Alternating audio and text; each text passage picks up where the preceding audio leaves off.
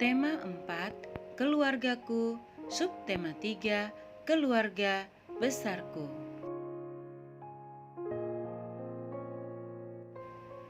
Anak-anak, hari ini kita belajar tentang pengukuran panjang dengan satuan tidak baku.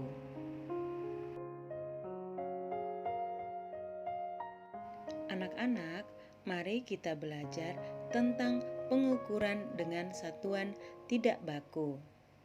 Pengukuran dengan satuan tidak baku adalah satuan yang menghasilkan nilai ukuran yang berbeda-beda antara satu orang dengan yang lainnya.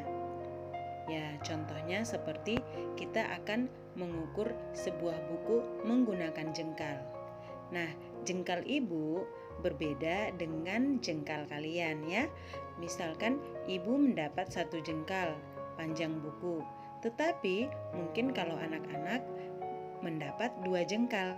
Nah, hasil pengukuran pasti berbeda-beda kalau kita menggunakan pengukuran tidak baku.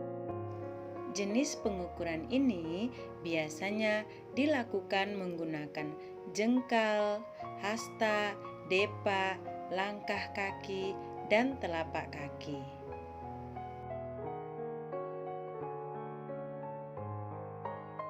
Anak-anak, selanjutnya mari kita belajar mengenal alat-alat ukur satuan tidak baku. Alat ukur satuan tidak baku yang pertama adalah jengkal. Nah, anak-anak, ini adalah contoh jengkal. Dari ujung ibu jari sampai ujung jari kelingking. Jari paling kecil ya. Anak-anak dapat melihat contoh pengukuran menggunakan jengkal. Nah, seperti ini ya anak-anak. Contohnya kita menggunakan jengkal kita untuk mengukur panjang buku. Sampai di sini anak-anak penjelasan tentang pengukuran menggunakan satuan tidak baku yaitu jengkal.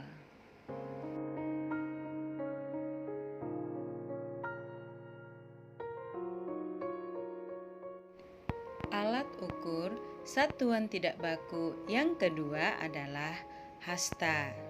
Nah, anak-anak perhatikan, ini adalah gambar hasta atau lengan kita. Nah, hasta dapat juga digunakan untuk mengukur benda ya anak-anak. Nah, mengukur panjang benda apa saja yang dapat diukur menggunakan hasta. Nah, contohnya hasta dapat digunakan mengukur panjang tali atau panjang kayu dan lain-lain. Nah, anak-anak, ini adalah contoh pengukuran menggunakan hasta. Demikian penjelasan Ibu tentang pengukuran satuan tidak baku yang kedua, yaitu hasta.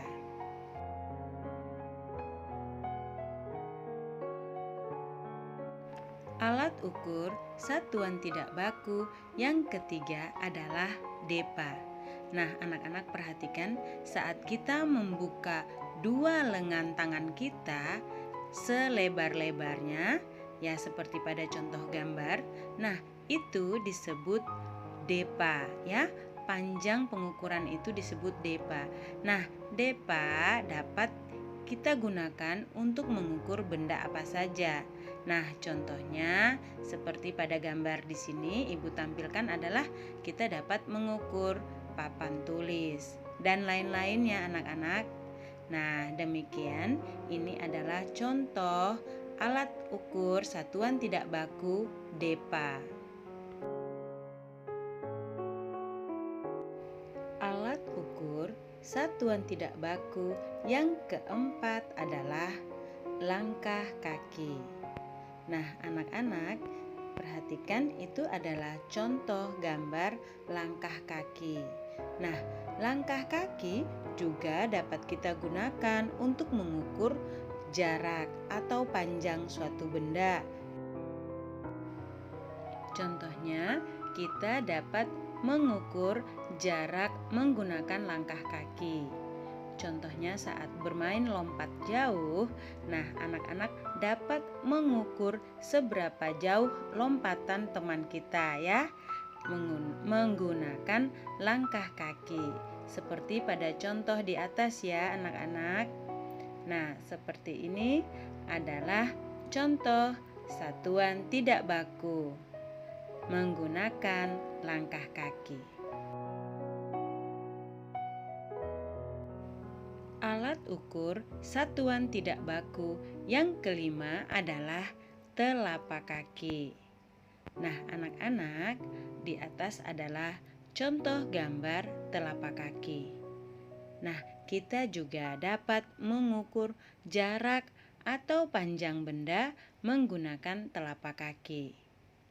Nah, sampai di sini anak-anak penjelasan Ibu tentang alat ukur satuan tidak baku.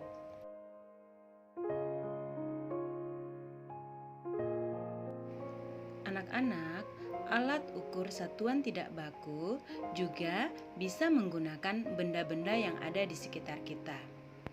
Anak-anak bisa menggunakan korek api, klip buku, pensil, dan lain-lain untuk mengukur suatu benda.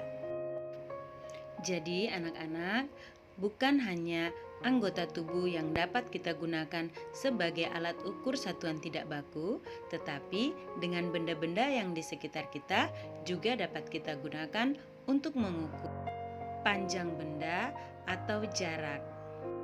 Anak-anak, demikian penjelasan materi alat ukur satuan tidak baku.